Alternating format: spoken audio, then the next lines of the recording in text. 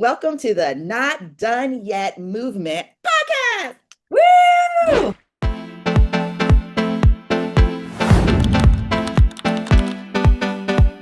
What? Congratulations on getting this all off the Thank ground and you. running. I'm super excited to be here with you, because of many reasons. But one of the reasons is because this is a new relationship, right? I Yeah, just met you through a beautiful mutual friend, Molly, yeah. and she spoke so highly about you, and the excitement that she had about me meeting you made me excited about you before I even knew you, before I even knew you. And I think that that is what this whole movement and creating this community is about, right? Yeah, we have the people that we've known and we may have grown up with, or our friends that we already have in our circle, but it's about meeting new people with new perspectives that bring something to the table that I haven't had before. And Yeah. that's what you do, Jamie. So I want to welcome Jamie Wilhelm to the Not Done Yet movement. And super happy to have you here. So I'm going to give you just a few minutes to share with our beautiful family and our wonderful community a little bit about you. Okay. So I am gonna first share where I'm from. I am from a small Midwest town in Illinois with about 5,000 people. I think it's grown probably in the last, 10 years to like 8,000 people, but when I was there, Wow. it was 5,000 people. We had one stoplight. We had didn't have lights on our football field until my junior year of high school. So we had to play Saturday day games, Oh, wow. No small night town. football. Wow. Yeah, and I now live in New York City. So it's been a journey. I went to college near Chicago. I moved to Atlanta. And then for work, I moved to New York City. And I have spent over 20 years in corporate America, mostly in marketing and sales leadership roles. And recently, I decided to make a change. I went to Georgetown University to get my certificate in leadership and executive coaching. And I launched my own coaching business in January called Jamie Wilhelm Leadership Coaching. Fantastic. I'm so excited about it. And, my life has taken twists and turns. And, if you asked me years ago where I would be now, I would never say that I would be living in New York City with my own business and talking to someone as amazing as you who has the same passions that I do. That's wonderful. And this month of June, as you know, is all about becoming you. Yeah. And just listening to who you've been, where you've traveled, your journey to end up from a small town of 5,000 to New York City, which I don't know what the population is now. I mean, 8 million stories. I don't know what New York City is at this point, but, and I was born in New York City, right? And it's definitely not a small town. No. No. Definitely not one traffic light. And it's such a diverse location, and it has so much to offer, and it's always going, it's always happening. And I just can't even imagine how you left Mayberry, in my mind, I think Mayberry, right? To that small town and moved to the big city. So this is all about your journey, becoming you, Mhm. transitioning, taking on the challenge, not being, well, maybe having fear, but not allowing fear to hold you back. Oh, I love that. That was my New Year's kind of revolution mantra is not allowing fear to drive my decisions. Good for you. Yay, Yeah. you. Thanks. You are a role model, and you are a example of what this is all about. This is about not done yet, right? This is about at any age, but especially as we start to mature, we start to feel a little bit stuck. And I keep saying Mhm. the word stuck, but I think women feel stuck, Yeah, I think so too. right? And you are a living proof that we don't have to be stuck. No. Okay, so I have actual questions. Okay. I am organized. That's a big deal. I'm prepared. Okay, I have a few questions for you. All Uh, right, let's do it. you ready? Mhm. Let's go. Okay. You spent more than 20 years in leadership roles at some of the world's biggest companies. Was there a moment when you realized success and fulfillment weren't necessarily the same thing? Ooh, success and fulfillment. Yeah, 100%. I I'm one of those people that doesn't stop. I am always looking, like once I get to one level, I'm already looking towards the next thing, the next promotion, the next project, whatever's going to get me to the top. And I lived that way for over 20 years in my corporate life. And it was just go, go, go, win, win, win. Of course, you fail, learn from that failure, go, go, go again. And I looked very successful on paper, but I wasn't feeling fulfilled. Yeah, And I think I wasn't using my strengths. I realized that just because I was good at what I was doing, that doesn't mean that's what I was meant to do. exactly. Yes. Yeah. And I think it's a hard decision to make when you're trying to figure out, what your purpose is. Like it's hard. It's hard. And I just felt my whole life is like, what am I doing here? What's my Mm, purpose? My red flag for me really in corporate, and it happened two times. It was when my boss would say, oh my gosh, next you're going to be the VP of marketing, or next you're going to be the VP of sales. And my stomach dropped. And I was like, oh, I don't want to be that. That's not what I want to do. yes. And so I made a pivot once from marketing to sales. And Mhm. then I've made the pivot again from being in sales leadership to running my own business because of that pit in my stomach. Like if I'm working so hard and I don't want to get to the next level, then what am I doing here? Yes. Oh my gosh, you are preaching to the choir. I feel everything that you just said because it was the same thing for me. And as I climbed the ladder, thanks be to God, because it wasn't me, and I think I've told you this already, but it was everybody saw me, and on paper I looked really, really good. And Yeah. I almost got caught up in what everybody else was seeing, but it Yes. never was really fulfilling for me. So there Mhm. was that success, and everybody saw it from the outside, and I felt that I needed to be happy about it, but I wasn't. So I Yeah. think something that really important that you said that I think that many people can relate to is that how it feels in your gut. Mhm. And you followed your gut. I did. That's a big deal. That's a scary thing. I mean, Yeah, it is scary. so what in you said, you know what? I'm pushing aside everything else because again, on paper, you were doing well. You could have been VP of either marketing or sales, but you decided no. So was it a decision that you made easily saying, oh, you know what, my gut says no? Or was it something that you labored on for a while? I labored on it for a while. And it kind of goes back to what I told you at the beginning, like don't allow fear to drive your decisions.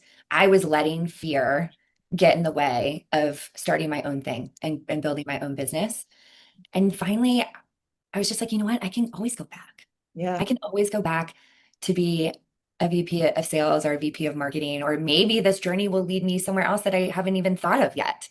right. So why not try it? Why continue to what if, and just do it and see what Yeah, happens? yeah. But it's that and I love that. I love that that's inherently in you.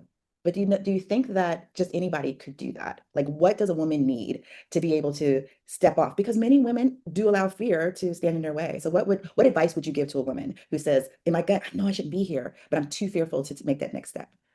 Yeah, I one of my biggest fears was money. And I was afraid that, I live in New York City. It's expensive here. And so one of the first things that I did when I was making my decision was I reached out to my financial planner and Mm, we came up with a plan. And I think just having that little bit of safety of knowing that I could do it is what helped me take the next step forward. So my advice would be do the research, like figure out what you can and can't do and make a plan to get there right. because there's probably a lot more options than you think there are. Yeah. No, I love that. And even if you have to put it off for maybe like a year or two to put some money aside, Mhm. to take that launch, that might be a plan that you have to come up with and be very strict about your budgeting, and so that you have 100%. something. Yeah, it's funny. I had a work husband. Well, everybody has a work husband at one point, right? Yeah. I had a work husband, and I wanted to leave years ago. Like I wanted to leave the government. I didn't want to do this anymore. I wanted to do something else. I wanted to go after my dreams, and I told my work husband, I'm ready to go. And I said, so many of the women that came in with me as diplomats, they Mhm. left. Like they reached the age that they could take some money out, and they left. And he said, but Valerie, the difference between you and them, you want to guess what he said? No, no guess. There's so many things going to my head right now. Tell me. He said they're married. Oh, mhm. Yeah. And then he caught himself because, he was like, he said, oh, but you're great. I'm sure you can do anything that you want to. I'm sure you can make it out there. And it hit. It hit. Because yeah, they have a safety blanket, right? They have Mhm. a security blanket. They have that, okay, if I fail, there's still someone that's going to make sure that there's a roof over the head. And I didn't have that, Mhm. but I still did. So kudos to you. Kudos to you too. How Kudos to you. inspiring. Okay. So what led you from corporate leadership into coaching? When I think about my career, what lights me up the most is watching other people succeed, Mm, whether it's someone that reported to me that accomplished a huge goal or got promoted or moved to a different company for a better job or role or opportunity. That's what yeah. gave me the energy and excitement. And I loved coaching my teams. I did Girls on the Run. I was a coach for Girls on the Run when I lived in Atlanta, and I loved doing that. I did Big Brother, Big Sister. I had my little from when she was 6 to when she graduated high school. We're still Oh, talk today. Yeah, that's so I good. love that piece. And Yeah, coaching allows me to take my strengths and my favorite part of my job and do that. Focus, make that the number one focus. I love that. So you were meant to do what you're doing right now, I think right? so. How does it Yeah. feel when you wake up in the morning and you're no longer getting dressed to go to your office, but you're doing what you're doing now? What is the feeling that you feel? Do you consciously like say, "Oh my gosh, something's changed in my life. Like this is I huge." do. Yeah. Yeah. My nervous system feels so different than it did before. I feel more regulated. I feel more calm, and I'm excited. Yeah. I'm excited. And it's still very new to me. So sometimes I'm like, it's very surreal. Like, Right. am I missing a flight somewhere? Should I have packed? Any What do I regrets? need to prep for? Any regrets? No, no regrets. See, I might have maybe my next name for the next club will be the No Regret Club, No, right? that's a good one. Right? Because I haven't looked back. Like Yeah, I have not looked back and said, I wish I woulda, coulda, shoulda. I'm glad I did. I'm glad I did. same. I did. And on top of that, if I wouldn't have been all those years in corporate, and if I wouldn't have experienced all those crucial conversations, conflict, acquisitions, moves, people getting mad at me, failures, I wouldn't be a good coach. Like that experience, I needed that to be able to help other people now. I love that. So I got my coaching certification during COVID, right? Mhm. Good time to do it. I'm sitting at home. Yeah, And I had my most challenging thing was charging people because I work for the government, right? yeah. So everything I've done in my life has been for free. So the idea of me actually saying, you gotta pay me was just but the instructor said to me, all of you, what you're giving somebody is what you just said, everything that you've done in your life. Mhm. Everything that you've done in your life, you are now packaging it to give to someone, right? They're taking all of you. So you're actually giving there's a commodity there, right? You're giving Mhm. you. So you just said it. Like you had to go through all of the things that you went through so that you could be able to offer something to the people that you coach now. And no one can take that away from you. No one can take away those experiences. Those are unique to you. And Yeah. that's what makes you so valuable in the space. Yeah. Yeah, I love that. Okay. I love this. You work with women navigating perimenopause at work. What is one thing every woman should know that nobody is talking about? This is an interesting one. Perimenopause can start in your 30s. Oh, wow. Yeah, it's, I am just learning about all this too. So I am not a doctor, I'm not a therapist. Don't know how to treat perimenopause. But what I'm passionate about is that women spend so much time at work. Mm, And obviously, when they're going through something, it's going to affect how they show up at work. right. And so my role is to help them navigate that. And what a lot of women don't realize is that there comes a point in their career where they start to feel different. They Mm, start to experience brain fog. They start to not feel like themselves anymore. They don't feel as sharp as they used to. And right. if you think about those women, they're probably chat GPTing or Googling brain fog or why can't I sleep at night? And they're thinking that these are leadership issues when they may not be. It Right. could be perimenopause.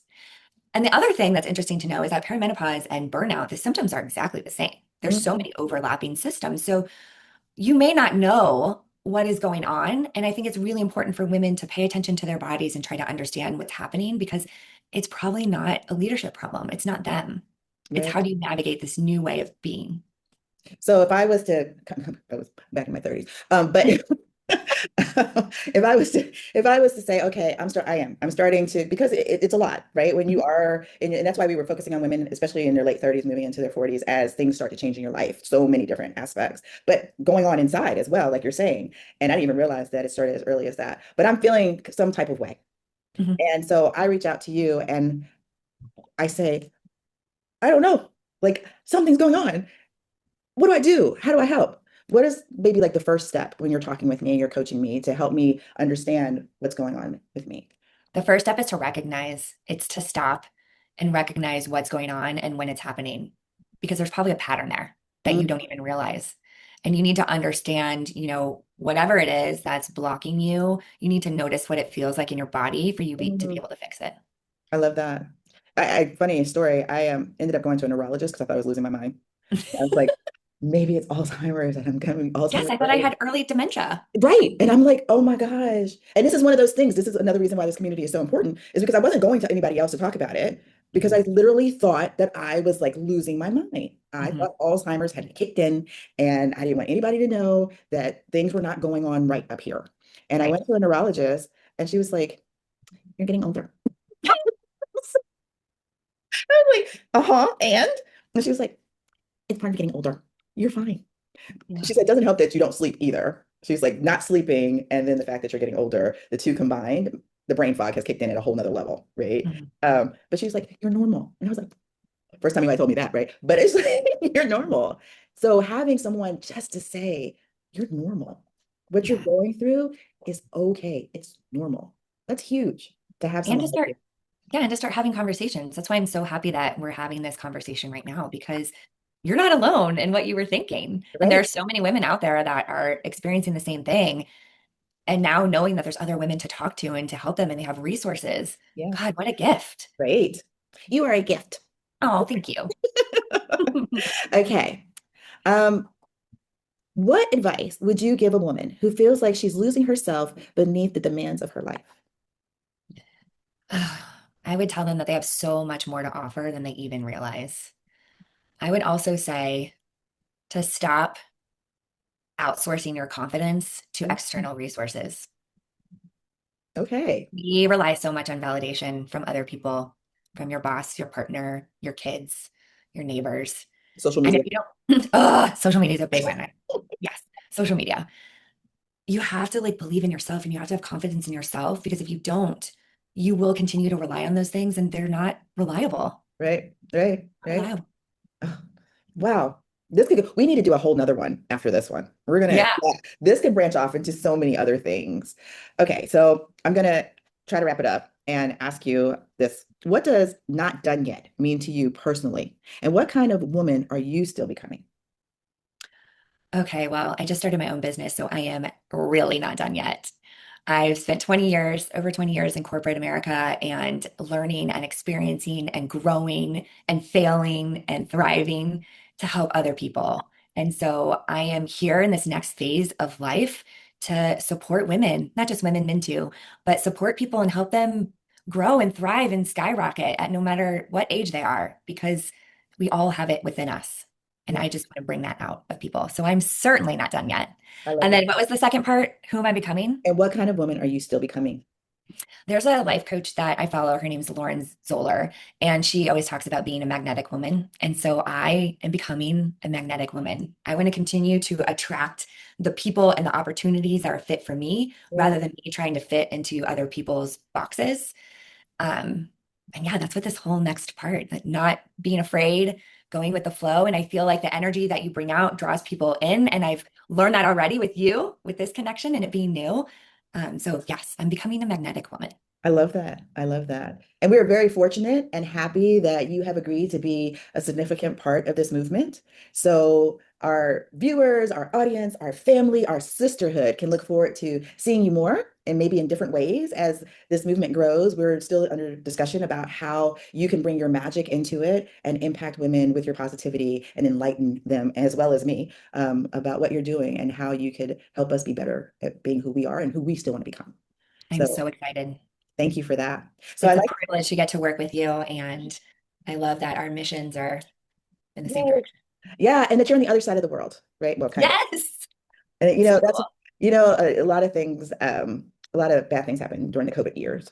But the good things that came out of the COVID years is that we've been able to figure out how to do things like this, Mhm. right? Like the distance does not slow us down anymore when it comes to connecting and growing and creating something beautiful. So even if you're in New York City and I'm in Dubai, we can still make beautiful magic and bring in women all over the world to be a part of this with us. So Yeah, we're going to do great things. I know. happy dance. And I'm going to have to make it to Dubai at some point. Oh, Habibi, come to Dubai. Habibi, come to Dubai. So I like to end with our tagline, do you know what it is? Have you heard it yet? It's a new one, right? Yeah, our tagline is because the plot twist is still unfolding, Oh, yeah, that's good. That's magic. right? Yeah. It's not having the fear of the unknown, but like embracing it, Yeah, just being ready to just take it on. take it on. You never know what the next day is going to bring.